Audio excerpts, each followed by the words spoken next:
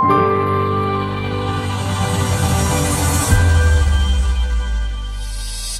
anak-anak Indonesia butuh deh figur superhero tapi dengan style Indonesia. Gue udah menciptakan sebenarnya 33 superhero dari 33 provinsi di Indonesia. Itu udah kayak Avengers-nya Indonesia tuh.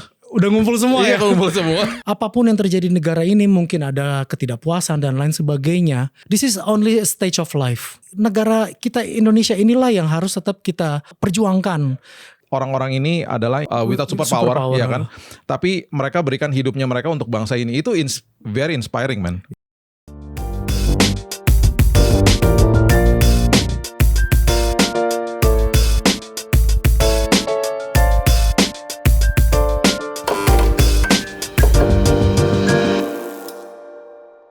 Sahabat Kopi, kembali dengan saya Billy Lantang di Billy's Coffee Table. Hari ini saya kedatangan Superman-nya Indonesia. Yeay! Buka. Wey! Marcelino Lefran. Tepuk tangan lagi. Yeay! Gua ini udah kenal sama dia udah mungkin dari awal-awal tahun 2000. Gue pokoknya inget kita pernah hangout juga di Planet Hollywood ketika Planet Hollywood masih ada. Gila, dan bro. sekian tahun kita terpisah dengan kesibukan dan akhirnya ketemuan lagi hari ini.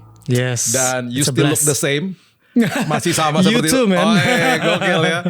Ini semua pasti gara-gara jaga kesehatan. Ya. Betul nggak? Betul. Ya kan. Marcel udah umur berapa sekarang? Officially gue bulan Juli kemarin 52. 52. Tadi mau bilang 25 sih. Dan tidak kelihatan 52 dan udah pasti banyak orang ngomong begitu. Karena dari dulu sampai sekarang ya lo sama aja. Iya ya. Jadi tipsnya apa untuk orang yang kalau kita reuni nih hari ini ya, ketemu sama teman-teman dari SMA misalnya. Gue juga udah 50-an kan. Ketemu mereka kebanyakan kita udah gak kenal. Karena banyak yang memang tidak jaga kesehatan. Betul. Oke. Menurut lo gimana? Makanya we talk about look ya. Berarti otomatis kan banyak orang juga bilang, Marcel gila lu mukanya awet muda banget sama terus. Begitu gue ketemu teman-teman lama, gue gak kenalin mereka karena the looknya mereka balik lagi kan. Kita yang memilih satu journey kesehatan kita seperti ini looknya. Dan mereka looknya seperti itu gitu. Dan otomatis apa yang intervensi di situ ya lifestyle mereka. Lifestyle. Iya, jadi apapun yang kamu masukkan ke badan kamu, apa yang kamu lakukan, treatment, exercise ataupun apapun yang kamu lakukan, also ini ya, mind ya, the way you think about your life juga itu juga sangat mempengaruhi look kita gitu. Jadi otomatis ya tips dari gue sendiri sih paling cuma itu aja sih. Gue nggak ngerokok, gue nggak alkohol, gue olahraga sering banget. Dan makan mostly protein paling banyak. Wow. Selama ini ya? Selama ini lo jaga. Tapi masa gak ada cheating day? Ada dong. Itu yang berusaha gue juga mau normalisasikan. Bahwa please teman-teman jangan pakai kata cheat. Karena gini, kita balik lagi ke kosakata cheat kan. Cheat kayak kita cheating ya. Kita kayak kasarnya selingkuh ya makanannya gitu kan. Yang biasa dari yang bersih kemudian ke yang parah gitu ya, ke tingkat nutrisinya. Sekarang gini, kalau kalian sudah menjalani lifestyle kalian sebaik mungkin, ya udah kalau kalian tiba-tiba tengah malam, aku pengen makan ini deh, udah lama gak makan, let's say nasi goreng kambing atau martabak gitu atau Indomie masih ringan bro. Oh masih ringan? Masih ringan itu. Martabak ya kan makan aja. Tapi pada saat kalian sudah ada di route yang benar, begitu kalian makan, let's say a little piece of martabak, memori kita udah balik kan langsung. Oh, gue pernah makan martabak dulu nih. Begitu udah tahu, udah ditinggal. Kayak gue, misalnya makan martabak, sisanya gue kasih ke satpam di apartemen gue. Gak mungkin semuanya. Gak akan semua, karena badan kita tuh udah reject kayak begitu. Itu cuman about pengen rasa aja, pengen ngerasa kangen aja. Iya, dan itu makanya gue bilang normalisasikan, it's okay. Jadi jangan bilang cheating. Kalau kalian boleh makan, tapi kalau berulang-ulang kalian lakukan itu, nah itu boleh disebut cheating. Oke. Makanan yang lo suka dan gak sehat apa? Seorang Marcel.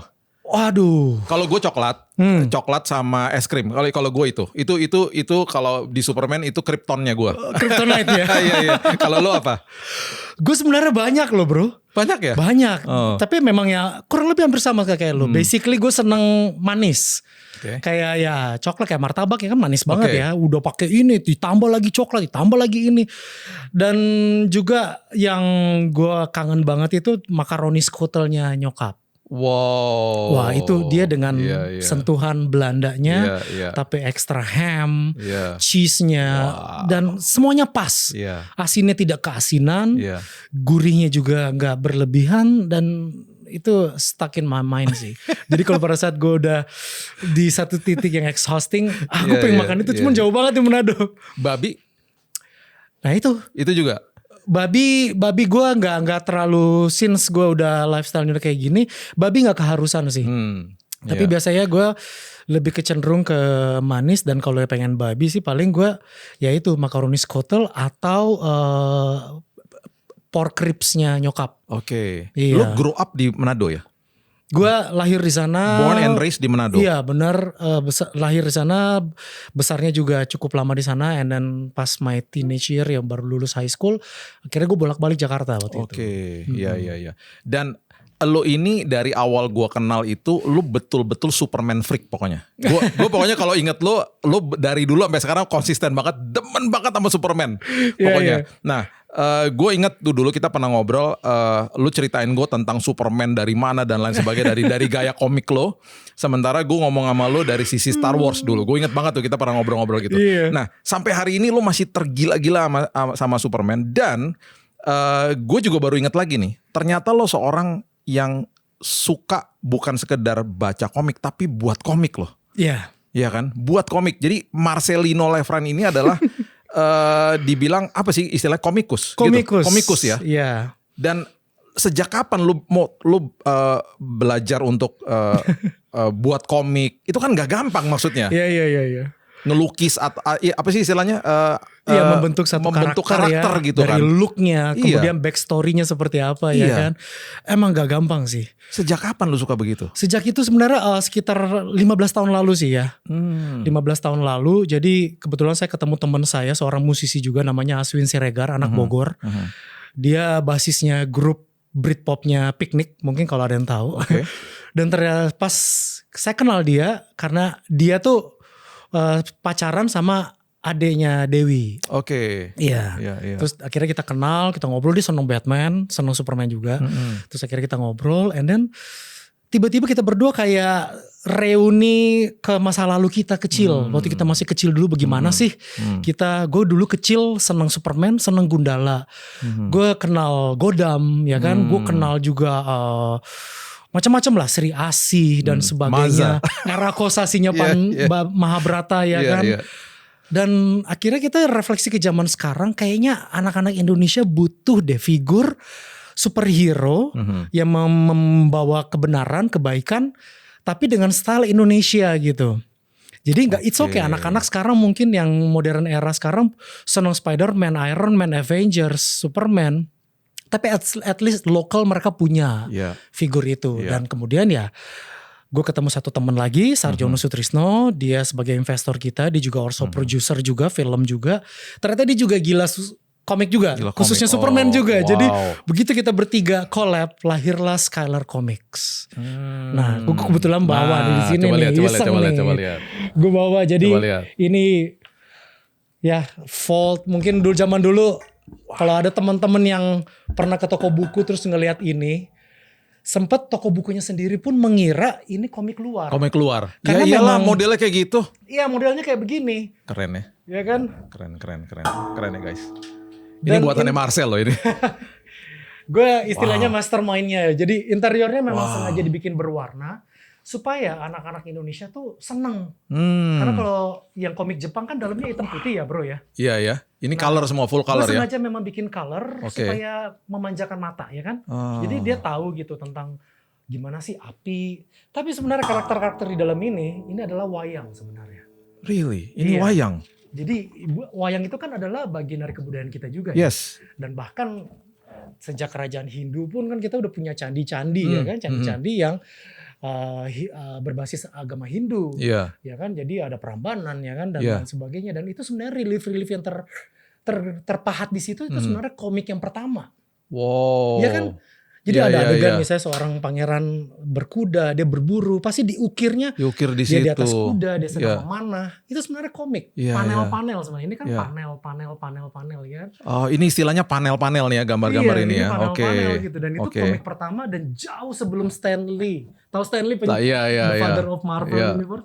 Sebelum dia membuat Marvel Universe, sebelum Jerry Siegel menciptakan Superman, Indonesia sebenarnya kita udah punya komik tapi terpahat di dinding candi. Amazing. Itu historinya loh guys. Itu historinya. Wow. Nah, kemudian gue tiba-tiba terhikmat untuk membuat ini sebenarnya ya karena masa kecil gue gitu. Jadi gue pengen anak-anak Indonesia sangat akrab dengan kebudayaan Indonesia.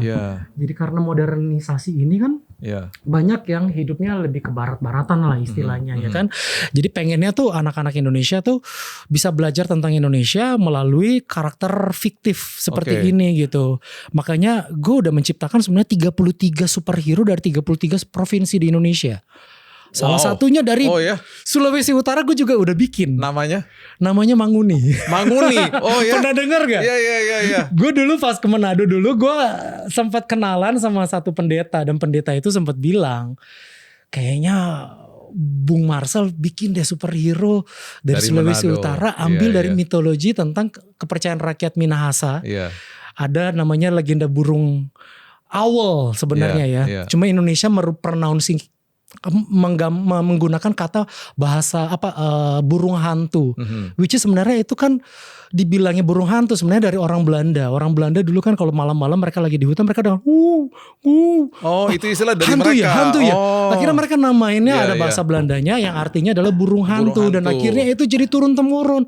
Padahal burung itu kan nggak pernah minta disebut hantu kan. Bahasa Inggrisnya aja owl gitu, which is not a ghost. And it's quite cute padahal ya. Iya, not bird ghost or ghost bird gitu kan. Nah ini karakter yang saya buat tuh ini ada di belakang sih. Itu Manguni dan saya mengambil gendernya perempuan. Perempuan. Jadi ada backstory-nya, dia berasal dari Sulawesi Utara. Itu udah kayak Avenger-nya Indonesia tuh. Udah ngumpul semua ya. Ngumpul semua. Jadi ini tuh dari Jawa Barat. Wow, ini namanya Badak Putih. Badak Putih. Iya, karena sebenarnya ada isu lingkungan juga karena badak bercula satu itu kan sebenarnya udah masuk endangered species ya. Udah mau hampir punah juga. Jadi mereka tuh masih ada di cagar alam di ujung kulon dan provinsi Jawa Barat. Dan jumlahnya udah nggak banyak juga. Jadi hopefully dengan anak-anak mengenal ada superhero namanya Badak Putih gede seperti Hulk atau mungkin seperti yang karakter-karakter Marvel ya kan. Tapi sebenarnya itu isunya adalah bagaimana kita tetap menjaga agar binatang badak bercula satu ini tetap diawetkan gitu. Jadi, dan banyak lagi yang lain. Kalau Volt-nya sendiri, kalau nama Volt ini adalah karakter pertamanya Marcel nih. Iya betul. Kalau Volt-nya, ya kan. Dan Volt ini kalau orang nggak tahu dipikirnya nih yang tadi dibilang dari luar, ya kan. Nggak tahu nih ternyata Indonesian hero. Tapi memang iyalah orang mana tahu nih dari Indonesia kalau kayak begini. Terus jelasin soal ini, Jawara nih maksudnya apa? Nah ini Jawara ini adalah satu tie-in. Jadi dari root cerita pertama ada cerita pendeknya itu Jawara satu grup heroes nggak super ya karena mereka tidak punya super power. Jadi mereka hanyalah regular people, orang-orang biasa yang terinspirasi oleh Volt. Dan mereka berkumpul menamakan dirinya mereka adalah Jawara Indonesia. Jadi Jawara itu singkatan dari Jagoan Warga Negara Indonesia. Wah, nah, ini keren. Jadi keren. Ada ini nih. Oh itu dia. Itu yang di samping-sampingnya nih ya. Ini Jawara nih ya. Jawara ini yang ini. Nah ini bad guys-nya. Ingat gak dulu pernah ada namanya geng kapak hitam? Iya. Kapak merah. Kapak merah ya. Sorry, gue bikin akhirnya ininya jadi kapak hitam. Kapak hitam. Jadi itu ada premanisme, begal. Dan mereka lah yang jadi antagonisnya dari si Jawara Indonesia ini. Kapak merah itu, Marcel, itu beroperasinya dulu dekat rumah gua. Di perapatan namanya perapatan Coca-Cola. Itu suka dibegal orang di situ. Coca-Cola. Zaman dulu tuh ada perapatan namanya perapatan Coca-Cola, tempat distribusinya Coca-Cola di daerah Suprapto arah ke Pulau Mas, ke Ahmad Yani, daerah situlah pokoknya. Nah itu orang dibegal di situ. Kaca dipukul, HP diambil zaman dulu ya. Sekarang udah nggak ada sih. Cuman itu sempat populer di situ. Sempat populer. Ya, di daerah identitasnya situ. Makanya dinamakan mereka geng kapak karena merah. Beberapa mereka memang pakai kapaknya warna merah. Dulu begitu. Warna merah, mostly. Puji Tuhan kita si keluarga nggak pernah kenapa-napa. Kita suka lewat situ dulu kan. Tapi we're good. Jadi itu inspired by that. Tapi jadinya kapak hitam. Gue banyak banget inspired by true events dan true person. Jadi ini tuh Jawara Indonesia isinya ada beberapa orang. Yang ini bisa dilihat gak? Ini adalah ini ya. Gue namain Mr. Indonesia. Wow. Mr. Indonesia ini dia adalah PT bro, personal trainer gitu. di satu gym. Iya. Dan tahu nggak inspirasi gue adalah siapa? Ade Rai. Jadi gue sempet in person gue ngomong sama Ade. Dek, gue ada inspirasi. Ini gue kan lagi bikin komik superhero Indonesia. Gue kayaknya mau ambil image dari lu gak apa-apa ya. Jadi dia gondrong, berkuncir satu, persis banget dengan Adera ya. Cuma bedanya gue bedain dia personal trainer di satu klub dan namanya Rainer. Namanya dia Rainer. Jadi ada sedikit ada Rai-nya juga. Jadi dia tuh PT gak punya super power kan. Cuman dia terinspirasi untuk pakai topeng dan menolong masyarakat. Dia ketemu sama ini yang pakai hijau ini. Ini Satman. Dia Satman sebenarnya namanya. Satman, singkatan dari satu pengaman. Dia mantan satpam, bro. Jadi satpam, dia jadi satpam di museum. Kemudian terjadilah peristiwa mistis di museum. Si Voltnya datang karena salah satu artefak itu tiba-tiba hidup. Secara magic jadi monster. Dan monster itu mau menyerang dia. Dan kemudian datanglah si Volt ini. Voltnya datang dikalahin si monster itu. Nah si satpam ini karena melihat itu dia terinspirasi. Gue juga pengen menolong orang tapi dengan cara gue. Karena gue mantan satpam, dia dipecat. Soalnya malam itu dia tiba-tiba ketemu pers, dia menceritakan tentang kengerian yang terjadi di museum itu dan kemudian akhirnya anak-anak jadi takut ke museum. Dan akhirnya gara-gara dia pengelola museumnya pecat dia nih gara-gara satpam nih kurang ajar menceritakan keburukan museum, akhirnya anak-anak gak ada yang mau datang ke museum lagi. Jadi tadi siapa namanya? Satman. Nama aslinya Resar, itu teman gue juga. Iya, jadi banyak banget gue mendapat inspirasi justru dari lingkungan sekitar gitu. Nah, ini kan kita bentar lagi mau dirgahayu ke 81 nih Indonesia ya. Dan gak selalu heroes wear cap, right? Gak selalu kita pakai sayap seperti Superman. Tapi banyak juga harusnya hari ini kita sadar bahwa pahlawan-pahlawan itu justru mengkontribusikan hidupnya without superpower kepada bangsa ini. Dengan apapun yang kalian lakukan, zona kekuatan masing-masing. Itu harusnya menjadi kontribusi bagi bangsa ini yang memang banyak sekali yang harus diberesin di bangsa ini, benar kan? Ya kan. Jadi di bidang kita, di bidang yang lain, bahkan anak gue nih lagi ngambil sport science. Dia pengen jadi clinical physiologist. Dia mau sumbangkan nanti knowledge-nya dia tentang kesehatan buat bangsa ini. Supaya menyehatkan bangsa. Jadi mereka nanti mau pasti balik sini dan kontribusi buat bangsa ini. Itu kan pahlawan. Pahlawan bagi bangsa yang seringkali memang tidak terlihat. Seperti yang tadi Marcel katakan. Ini orang-orang ini adalah without superhero, without superpower, ya kan. Tapi mereka berikan hidupnya mereka untuk bangsa ini. Itu very inspiring, man. Very inspiring. Dan untuk umur kita yang udah 81 ini harusnya kita semuanya sadar bahwa jangan ditinggalin lah bangsanya. Benar. Kalau lagi misalnya kita mikir lagi terpuruk lagi apa, ayo dong dari kita lah mulainya kan, kontribusi buat bangsa ini. Betul sekali. Makanya kemarin juga gue di media sosial gue juga banyak banget tetap memperjuangkan tentang negara kita gitu. Gue bilang harga mati lah ya, cinta kepada negeri bangsa. Gue juga dulu waktu SMA kan paskibraka. Gue juga atlet walaupun gak sampai ke tingkat internasional, tapi kan tetap kita kan memegang bendera merah putih gitu. Dan makanya gue di rumah gue juga mengibarkan merah putih juga. Tetangga-tetangga gue belum pada pasang, gue udah pasang gitu. Dan gue taruh di media sosial dan gue bilang apapun yang terjadi di negara ini, mungkin ada ketidakpuasan dan lain sebagainya. This is only a stage of life, ya. Tapi tetap negara kita Indonesia inilah yang harus tetap kita perjuangkan. Dan melalui pekerjaan yang gue lakukan, kesenangan yang gue lakukan, which is kayak gue bikin komik, gue healthy lifestyle, gue menginspirasi orang-orang gitu, bahwa life goes on, kita harus tetap hidup gitu, jangan menyerah, kita lakukan terus. Itu juga yang gue ceritakan ke anak-anak gue juga. Dia sekarang juga kuliah, tadinya ada pilihan mau sekolah di luar, tapi akhirnya dia memilih untuk kuliah di Indonesia, di UI, keterima, puji Tuhan. Dan itu kan pasti dia bilang tetap I wanna fight for my country no matter what. Dan waktu kan berputar ya, roda. Kadang-kadang kita roda ada di atas, kita ada di bawah. No matter what, tetap roda itu kan ada di mana, di negara kita gitu. Begitu juga almarhum ayah saya juga dulu juga sering mengingatkan terus, brainwash terus saya dan kakak-kakak untuk tetap cinta negeri ini, apapun yang terjadi, situasi dan kondisi. Tetap kalian harus berbuah untuk negeri ini. Iya, gua setuju banget karena sampai kapanpun kalau kita kerjanya cuma ngeluh doang, kita nggak mau berbuat sesuatu, buat apa gitu.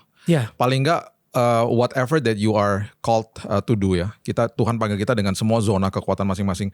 Berikanlah, kontribusikan kepada masyarakat, kepada bangsa ini. Itu yang kita bisa lakukan, ya udah. Just kayak sekarang lu buat kayak begini. Ini kan inspiring banget dengan cerita-cerita di baliknya. Bahkan tadi lu sempat bilang ada pernah dimasukin di Kinokuniya di luar negeri bahkan di luar negeri. Dan dijual di situ.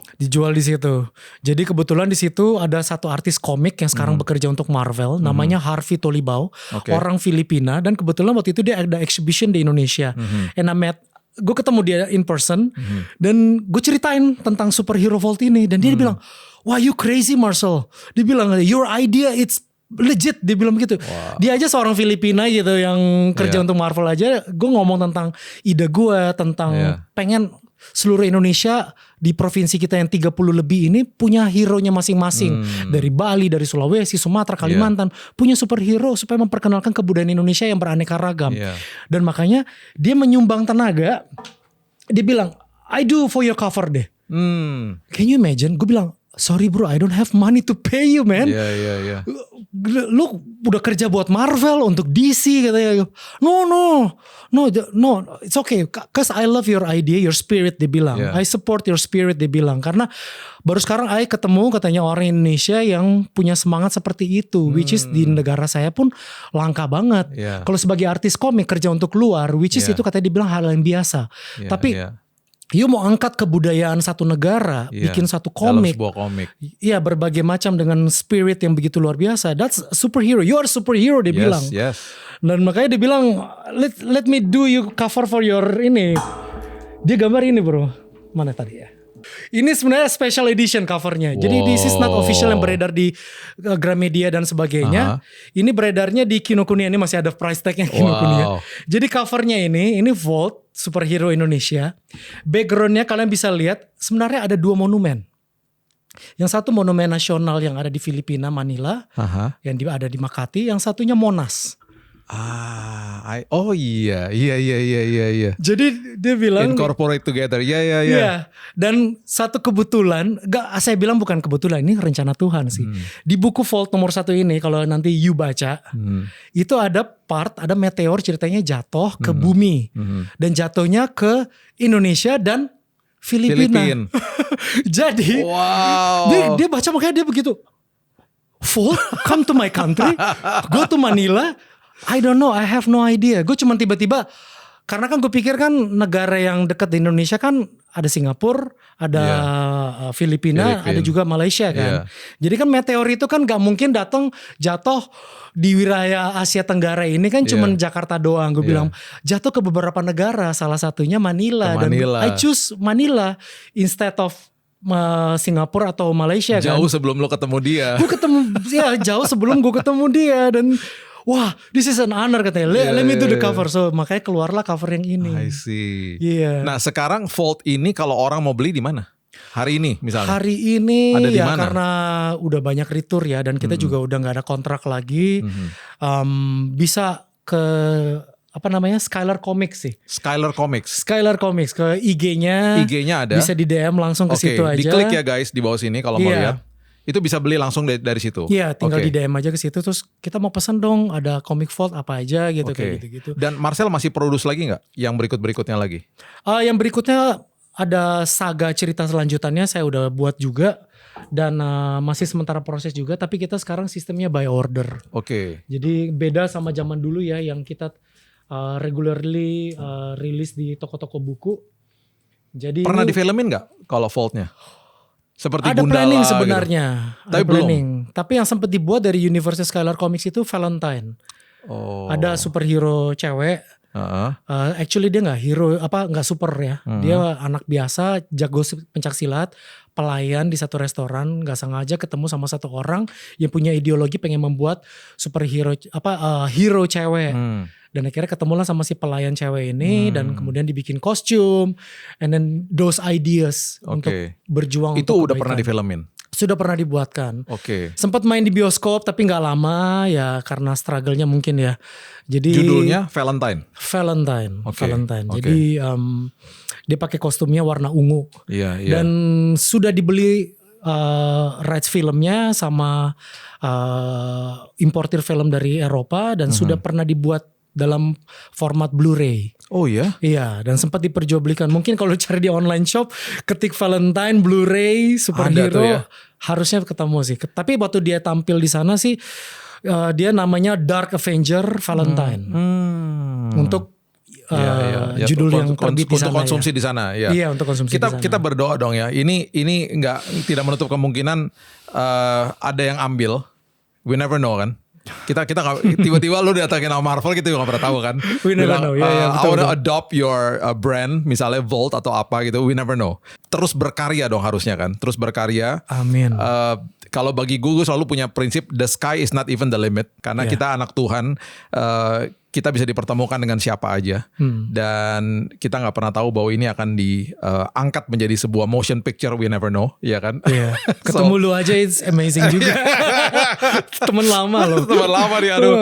Jadi itulah kairosnya Tuhan kan Marcel. Ya kan kita gak pernah tahu. Tapi gue sih kagum banget. Maksudnya sampai hari ini tuh masih konsisten untuk ngerjain ini. Ini sih dahsyat banget. Dan kualitasnya sih gak abal-abal lah. Udahlah. Makanya gue gak heran ketika ini sampai masuk ke Kinokuniya di Filipina dan orang berpikir bahwa ini is not a Indonesian superhero lah. Karena dari semua kalau kita lihat di sini, kalau you guys memang betul-betul suka komik ya, ini gokil sih. SDM kita soalnya bagus-bagus soalnya bro. Bagus makanya banget kan banyak orang-orang Indonesia, artis komik Indonesia udah kerja buat Star Wars. Karya Aryo Anindito, my friend. Ada Ardian Syaf dari Tulungagung.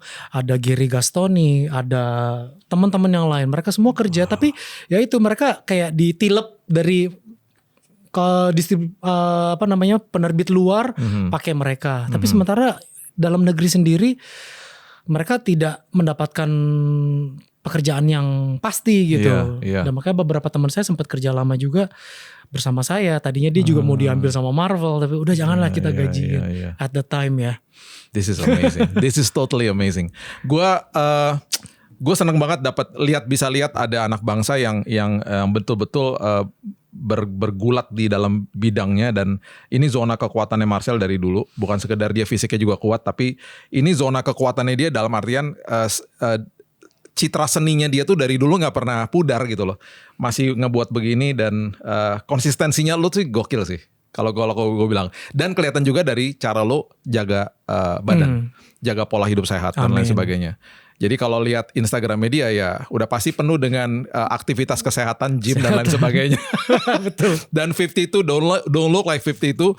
Jadi di sisi yang satunya lagi nih, pergumulan seorang Marcel tuh dalam hidup ini udah pasti lah ngelewatin hari-hari sulit.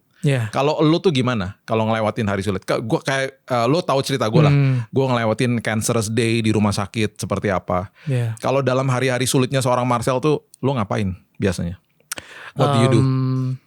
Mungkin satu kesaksian juga yang saya dulu pernah di Jamaah Tuhan juga ya. Pada saat gonjang-ganjing rumah tangga saya. Saya sempat tiba-tiba seorang Marcelino yang sehat itu tiba-tiba divonis harus pasang ring di jantung, which is itu kaget kan karena gue yang sebelumnya sempat cover Mansell, sempat menginspirasi orang ya di tahun 2000 awal. Terus tiba-tiba divonis itu gitu, saya sempat kayak masa sih Tuhan. Dan kemudian di saat apa gejalanya bisa gejalanya nggak kerasa, tapi but my mom somehow dia punya intuition but only in the family. Dia ngelihat gue tuh kayak, are you okay? Dia bilang, I'm okay ma. Ya strong kok, kuat. Ini masih six pack, gue bilang gitu. Coba iseng cek deh. And then dia kasih tahu ke papa saya almarhum, dia kan dokter jantung. Oh, papa tuh dokter jantung ya? Iya, dokter. Spesialis Profesor Dokter Regi Lefran. Dia akhirnya temenin. Ayo kita cek macam-macam lah. Cek echo, cek treadmill, cek macam-macam. Dan akhirnya ketahuan bahwa ada penyumbatan satu pembuluh darah. Dan itu sempat bikin gue drop karena kayak masa sih? And then di satu sisi kan lagi rumah tangga juga lagi benar-benar lagi dicoba sangat-sangat besar ya. Dan waktu itu dengan anak-anak yang gue urusin, gue tetap menjaga supaya jangan sampai anak-anak merasakan stres yang gue rasakan. Jadi basically down there gue memang benar-benar stres ya. Mikirin semuanya gitu, dan tiba-tiba datanglah vonis ini yang mengakibatkan gue akhirnya semakin terpuruk. Gue gak mau olahraga, gue gak mau makan sehat karena gue pikir percuma karena ujung-ujungnya gue sakit gitu. Tahun berapa nih? 2015 ke 2016 sih. 2015 sih vonisnya itu. 10-11 years ago ya. Iya, dan waktu itu benar-benar ya gue melalui semuanya proses dan akhirnya tiba di satu ujung yang mana gue harus operasi pasang ring hari H itulah. Dan waktu itu yang memang menguatkan keluarga dan juga anak-anak. Dan pada saat tindakan dilakukan itu di meja operasi, benar-benar saya udah berlinang air mata lah ya. Udah merasa kayak mau mati aja gitu. Kayak semuanya so attacking. Gue under attack lah pokoknya. Dan di situ gue cuma bisa berdoa. Gue cuma bilang sama Tuhan, gue berserah. Dan gue cuma bilang, ya Tuhan, ya jantung ini kan Tuhan yang kasih.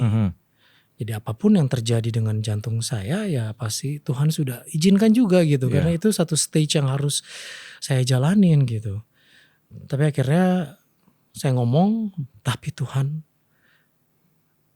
kasih saya kesempatan sekali lagi untuk saya mau urusin kedua anak saya.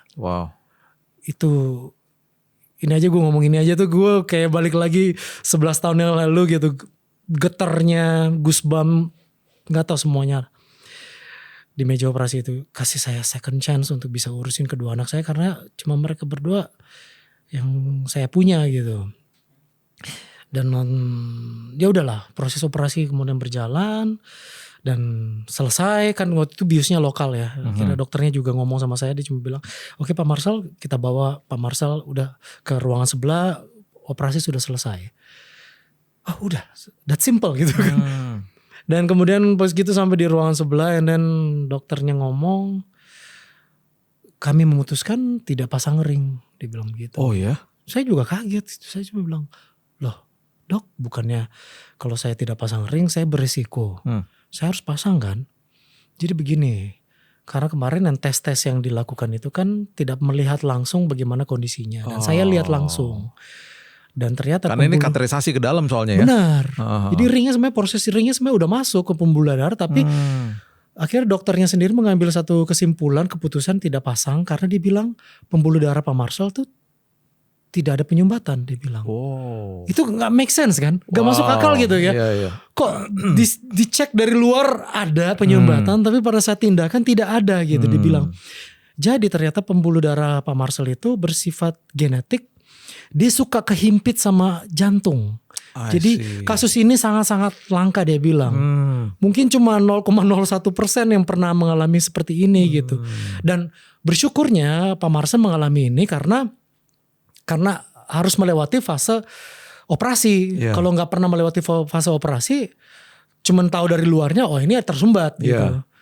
Jadi dia bilang dia tidak perlu pasang ring, dan pembuluh darah Pak Marcel tuh sehat, dibilang jantungnya sehat, pembuluh darahnya sehat, cuma sering kehimpit aja sekali-sekali katanya dengan otot jantung Pak Marcel karena Pak Marcel mungkin stres, dia bilang begitu. Ya benar sih dok, saya memang lagi stres, cuma saya tidak menceritakan penyebabnya apa. Tapi saya in person merasa ya this is the answer of my prayer, bahwa there's a mission yang gue harus jalanin. Dan dari misi itu ternyata kan ada buah-buahnya juga gitu ya. Jadi saya tetap harus menemani anak-anak saya harus bijaksana terhadap mereka, saya harus sehat buat mereka, dan saya harus menginspirasi mereka. Dan ternyata bukan cuma mereka, tapi juga ternyata anak-anak yang lain juga ya kan?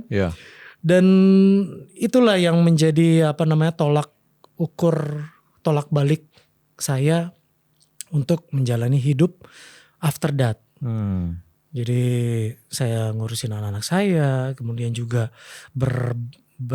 berbaikan dengan masa lalu saya, ya kan? Dan penting itu. Iya, penting. Dan akhirnya sekarang juga setelah 8 tahun saya mengurus anak-anak saya, dan kemudian akhirnya 2 tahun kemarin anak-anak juga udah saya biarkan tinggal sama mamanya, karena bagaimanapun juga mereka membutuhkan mamanya. Sosok ya kan?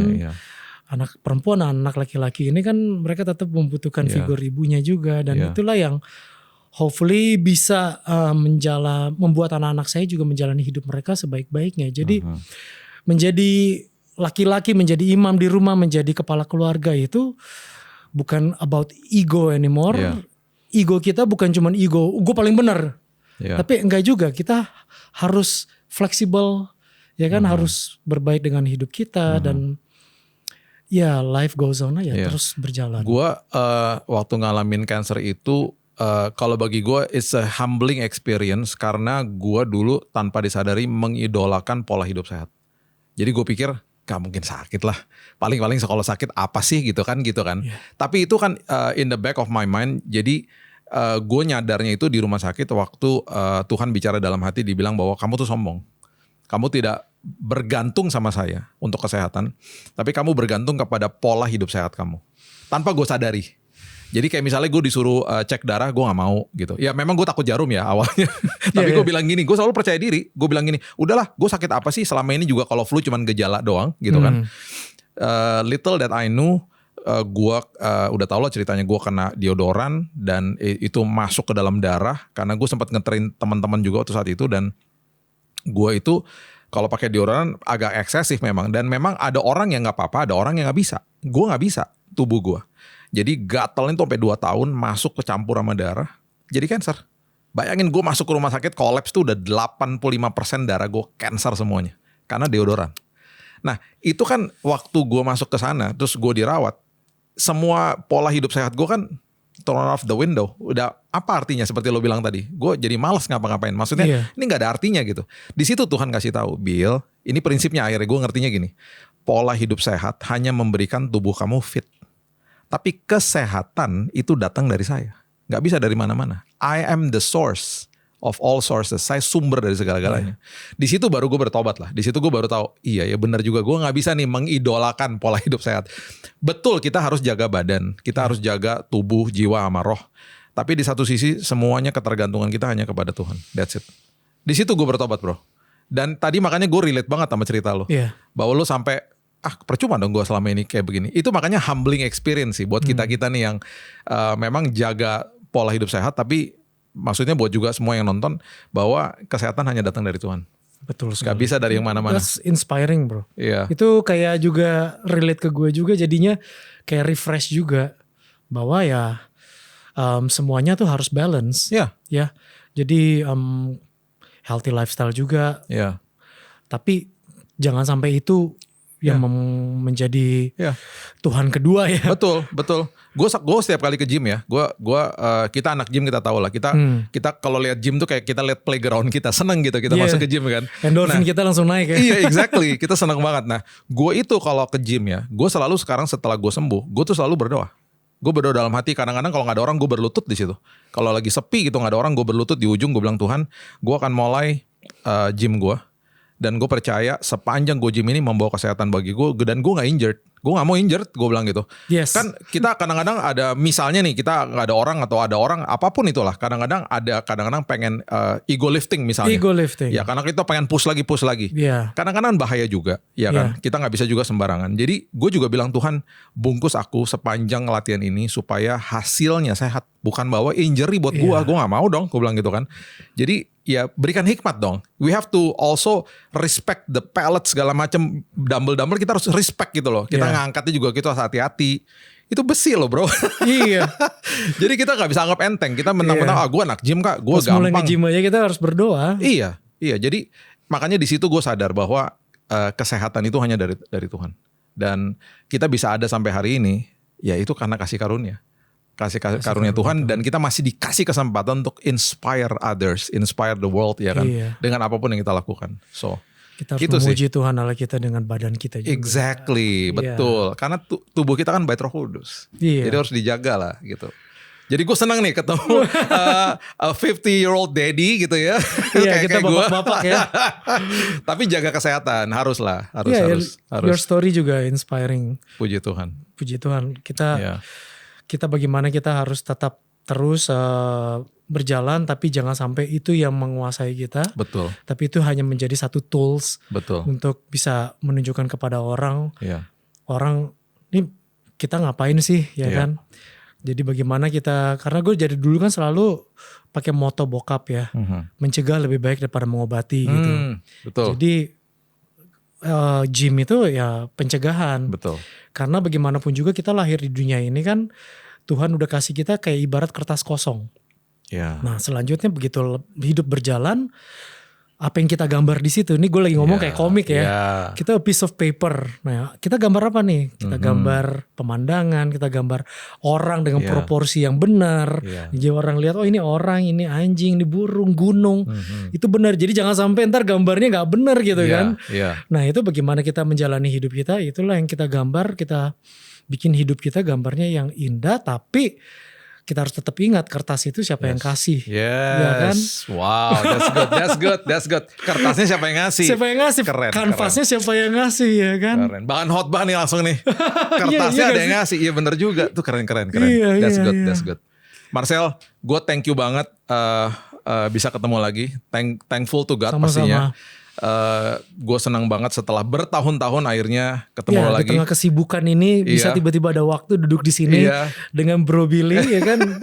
Gue waktu ketemu Ari Wibowo, teman kita juga, itu juga udah lama juga gak ketemu. Jadi si Ari bilang gini, enak juga ya lu bisa ngundang-ngundang teman lama gak ketemu kesini.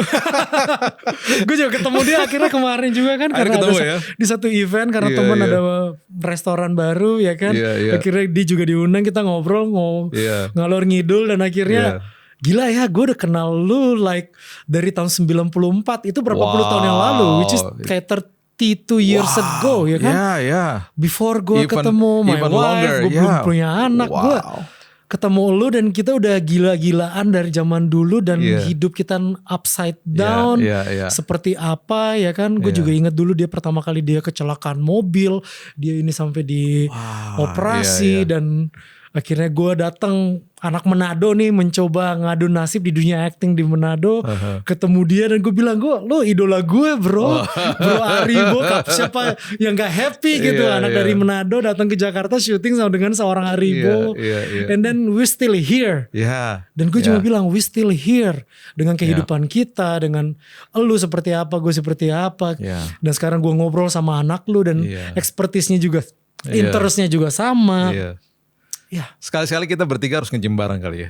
Iya benar. Kita buat session bareng nih. Nge-gym bareng. Kita collab bareng. Kita syuting bareng di gym. Sama Jesse juga kan. Sama Jesse ya. Dulu waktu zaman tahun awal tahun 2000, gue sama Jesse itu sama Bang Tigor, namanya Bang Tigor itu. Bang kita Tigor. dilatihnya di klub Meditama di sampingnya Planet Hollywood. Gitu. Jadi gue inget banget gue ketemu sama lo di situ tuh abis gue latihan. Terus kita hangout di Planet Hollywood yang sekarang udah almarhum Planet Hollywood. Gatot Subroto itu Planet Hollywood itu. Gue juga Jesse kan dia pernah coba acting. Oh dia dulu kan main sinetron juga sering dulu. Dia small role di Bidadari, sinetron Bidadari. Oh I know him di situ. Okay. Dia jadi dokter. Dan akhirnya baru ngobrol. Iya. lo orang Manado kan? Iya gue. Akhirnya ngobrol-ngobrol dan akhirnya tukar-tukar nomor. Ya udah. Sekarang anaknya yang aktif. Sekarang gue akhirnya kemarin sempat bikin pilot episode syuting sinetron sama Pangeran juga. Dan akhirnya I know your father, your dad. Dunia Manado ya pokoknya kita ngucap syukur lah. Tuhan kasih kita background seperti apa dan ada di sini semuanya ada maksud Tuhan. Lewat semua pergumulan hidup juga Tuhan punya maksud. Sampai hari ini semua untuk kemuliaan nama Tuhan dan doa gue komik-komik ini menjadi berkat, menjadi inspiring stories always dan kita berdoa we never know satu hari bisa di-adopt sama Marvel atau DC Comics even ya kan. Vault-nya Marcelino dan siapa tahu lu yang nanti main jadi cameo di sana, we never know. Marcel, untuk teman-teman sahabat kopi yang lagi nonton hari ini yang membutuhkan sebuah kalimat motivasi yang sedang bergumul dalam hidupnya, go ahead man. Silakan. Karena gue juga dalam masa proses belajar sih ya. Pernah menjadi guru, pernah menjadi dosen juga, pernah menginspirasi orang, tapi I'm still think zero. Jadi mungkin yang bisa saya sampaikan di sini sih adalah ya di mata Tuhan I'm still zero. Tapi di mata manusia mungkin saya udah nyampe di level umur kayak sekarang gue 52 tahun dan banyak hal yang mungkin gue udah lakuin dan menginspirasi mereka. Pokoknya yang bisa disampaikan di sini adalah lakukan segala sesuatu sepositif mungkin dalam nama Tuhan. Selagi kita masih bisa bernafas. Itu aja sih paling ya. Karena itu sih yang gue juga kasih tahu ke anak-anak gue juga bahwa lakukan segala sesuatu sepositif mungkin. Segala sesuatu which is gak tahu apa ya. Dalam ibadah, dalam kreativitas kita, dalam ilmu yang kita dapat, kesehatan. Sepositif mungkin dalam nama Tuhan. Dan gue gak akan pernah lupa, gue akan ambil satu bagian yang penting banget dari ngobrol-ngobrol kita hari ini. Kertasnya dari Tuhan. Kita yang ngambil keputusan, kita yang ngelukis di situ, kita mau seperti apa. Tapi lukislah yang terbaik karena kertasnya dari Tuhan. Kertasnya adalah hidup ini maksudnya, ya kan? Dan ending nanti kita kumpulin kan? Yes, exactly. Kita kumpulin, keren banget. Coba mau lihat apa yang lu udah gambar dari kertas yang gue kasih. That's so good. Yes. Thank you banget bro. Thank you banget. Gua senang banget ketemu lagi dan teman-teman sahabat kopi jangan pernah lupa menyambut Dirgahayu Indonesia yang ke-81 ini juga kontribusilah bagi negara ini dengan semua zona kekuatanmu masing-masing. Apa yang kita bisa ubah dengan apa yang Tuhan kasih lewat hidup kita, lakukan. Apa yang kita nggak bisa ubah, doakan. Jadi jangan dikomplain sampai kapanpun, tetap merah putih, tetap bangsa Indonesia, tetap Pancasila, dan tetap jaga kesatuan bangsa ini dengan apa yang Tuhan sudah berikan bagi kita. From me, from Marcel, jangan lupa follow IG, TikTok dan juga YouTube Billy's Coffee Table dan juga IG-nya Marcelino dan bisa lihat semua komik-komik yang sudah dia buat. Kalau mau beli juga silahkan diklik dan sampai next time from us, God bless you.